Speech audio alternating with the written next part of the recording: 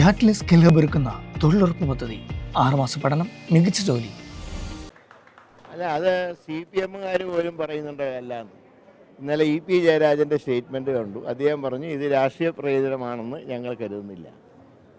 പിന്നെ ആർക്കാണ് സംശയം? അതാരും CPM നേതാക്കന്മാരാരും തന്നെ അതിന് ന്യായീകരിക്കാൻ വന്നിട്ടില്ല. കാരണം 3 പ്രസിഡന്റുമാരാണ് അകത്തായത്. 2 പേരെ അകത്താക്കിയത് കഴിഞ്ഞ സർക്കാരാണ്. ഞങ്ങളുടെ കാലത്ത് പഴയതിൻ്റെ ബാക്കിയായിട്ടാണ് അറസ്റ്റ് ചെയ്തത്. അല്ലാതെ ഞങ്ങളൊന്നും ഇതിൽ ഇടപെട്ടിട്ടുമില്ല. ഞങ്ങൾക്കതിൽ പരിമിതിയുണ്ട്. അതുകൊണ്ട് തന്നെ ഈ സബ്ജക്റ്റ് തന്നെ ഞങ്ങളിപ്പോൾ തൊടാൻ പോയിട്ടില്ല. ഏതായാലും വരട്ടെ, നമുക്ക് ചാർജ് ഷീറ്റ് വരട്ടെ. ഞാൻ ഇന്നലെ പറഞ്ഞല്ലോ, ഫൈനൽ ചാർജ് ഷീറ്റ് വരട്ടെ, അതനുസരിച്ച് സർക്കാർ തീരുമാനമെടുക്കും.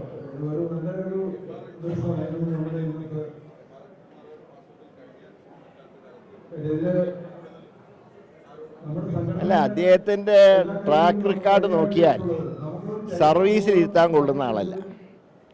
ഇപ്പോൾ ഏത് ഉദ്യോഗസ്ഥനാണെങ്കിലും ഭരിക്കുന്ന സർക്കാരിനെ അനുസരിക്കണം എന്നുള്ള കാര്യത്തിൽ ഞങ്ങൾക്ക് ആർക്കും ഒരു ഒബ്ജക്ഷനുമില്ല. പക്ഷേ അതിനുവേണ്ടി ഒരിക്കലും ചെയ്യാൻ പാടില്ലാത്ത കാര്യങ്ങൾ, ആളുകളെ തലതല്ലി പൊളിക്കാൻ പറയുക, പിന്നെ ദേശീയ തലത്തിൽ അറിയപ്പെടുന്ന പൂരം കലക്കുക, എന്തൊക്കെയാണ് ചെയ്യുക കഴിഞ്ഞ പ്രത്യേകിച്ച് അവസാനത്തെ 5 വർഷക്കാലം. സത്യത്തിൽ പിണറായി വിജയനെ കുഴിയിലിറക്കിയതിൻ്റെ മുഖ്യ പങ്കാളി അദ്ദേഹമാണ്.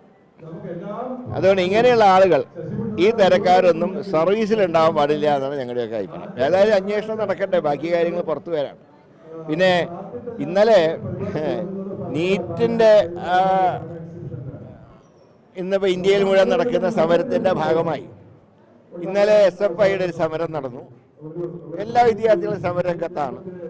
പക്ഷെ അത് ഉദ്ഘാടനം ചെയ്തുകൊണ്ട് പിണറായി വിജയൻ നീറ്റിനെ കുറിച്ചോ മോഡിയെക്കുറിച്ചോ ധർമ്മേന്ദ്ര പ്രധാനെ കുറിച്ചോ അല്ല പറഞ്ഞത്. രാഹുൽ ഗാന്ധിയും കോൺഗ്രസും മറ്റുള്ളവരുടെ സമ്മർദ്ദത്തിന് വഴങ്ങി സമരരംഗത്ത് വന്നു. ഇതിനെക്കുറിച്ചാണോ ഗവേഷണം നടത്തേണ്ടത്?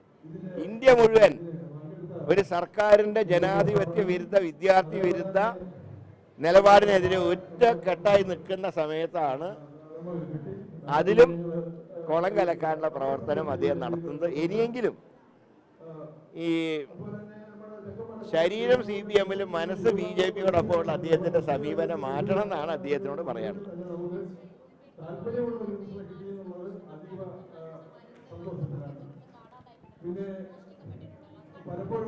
കണ്ടുപിടിക്കാൻ പോലീസ് ഡിപ്പാർട്ട്മെന്റ് അത് കണ്ടുപിടിക്കും.